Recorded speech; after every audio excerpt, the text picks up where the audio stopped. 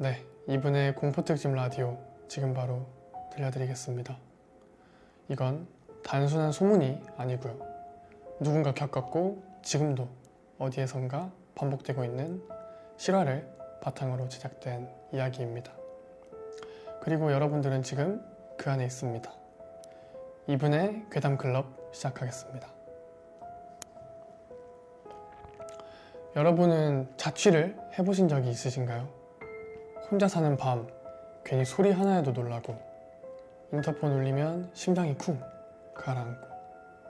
오늘 이야기 그런 혼자 사는 자취생이 겪은 실화입니다. 지금부터 조용히 집중해서 들어주세요. S씨는 자취를 시작한 지 얼마 안 된 대학생이었습니다. 집 근처엔 작은 편의점 하나뿐이라 대부분은 그냥 택배로 시켜 먹었었죠. 그날도 평소처럼 늦은 밤이었는데요. 영화를 보면서 쉬고 있는데 갑자기 인터폰이 울렸습니다. 화면에는 택배 아저씨가 서 있었죠. 택배 왔습니다. 근데 뭔가 이상했어요.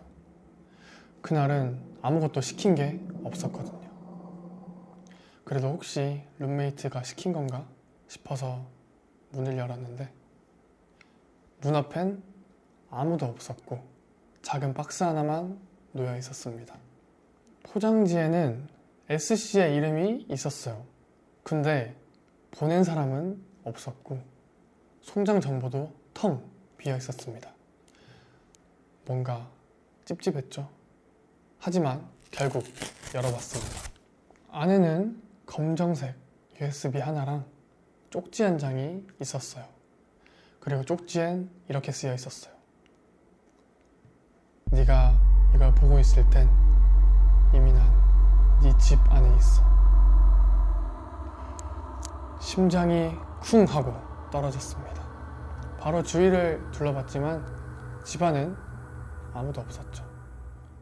불도 다 켜보고 옷장도 열어보고 창문까지 확인을 했습니다.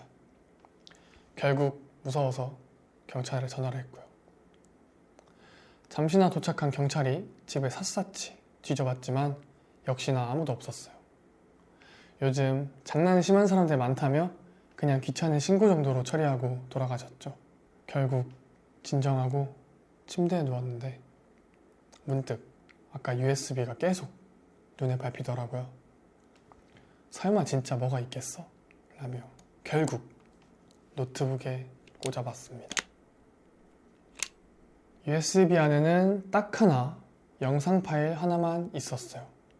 그리고 S씨는 재생 버튼을 눌렀죠. 영상 속엔 S씨가 자고 있었어요. 분명히 S씨의 방, 이불, 그리고 모습.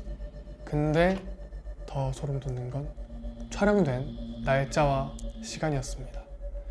오늘 새벽 3시 12분. 그 시간 S씨는 분명 혼자 있었거든요. 그리고 영상은 천천히 카메라를 움직이며 문틈 사이로 시선을 옮겼어요. 카메라는 천천히 침대에 누워 자고 있는 S씨의 얼굴을 비췄고 그 순간 영상 속에 S씨와 노트북 앞에서 영상을 보고 있는 S씨가 눈이 마주쳤어요. 그리고 영상은 꺼졌습니다. 그날 이후로 S씨는 편의점에 혼자 가지 못하게 되었고요. 택배가 와도 열어보지 않게 되었죠. 혹시나 여러분들도 문 앞에 놓인 택배가 분명 내가 시키지 않은 택배인 것 같은데 라는 생각이 드신다면 한 번쯤 확인해 보시길 바랍니다. 다음 사연은요, 22살 서울에 살고 있는 유승원 씨의 제보를 받아 만들어진 이야기입니다. 마찬가지로 실화를 바탕으로 만들어진 이야기고요. 그럼 들려드려 보도록 하겠습니다. 때는 2019년 한창 연습생이던 시절이었습니다. 부산과 서울을 왔다 갔다 하면서 연습을 하고 있었는데요.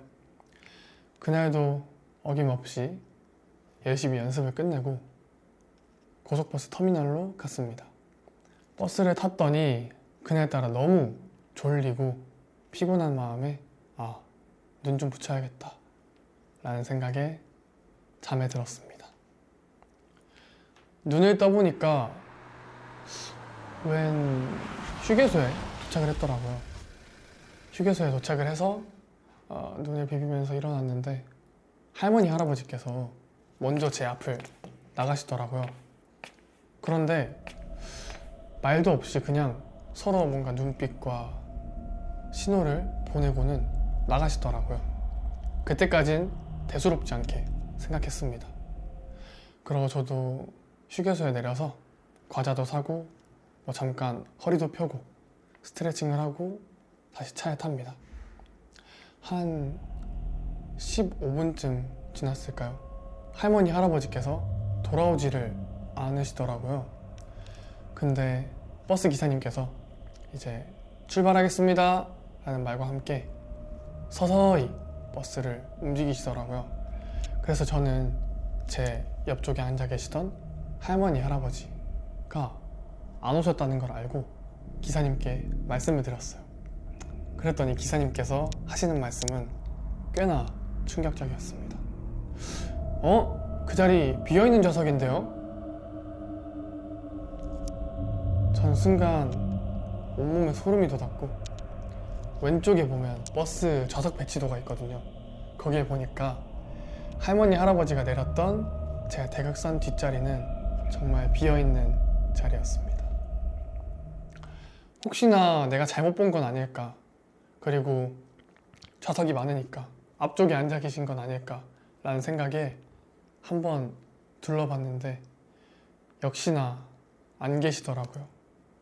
그리고 주변에 내렸다라고 생각하기엔 낙동강이었고 정말 주변은 산밖에 없는 그런 곳이었거든요.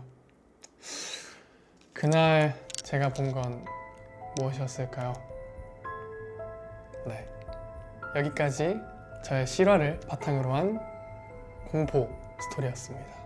네, 그럼 지금까지 여러분들의 등골을 오싹하게 만들 이분의 괴담클럽 들려드렸습니다. 혹시나 지금도 여러분 가까이에서 보이지 않는 무언가가 여러분을 보고 있을 수도 있고요. 또 가능하시다면 침대 아래도 한번 확인하고 주무셨으면 좋겠네요. 감사합니다.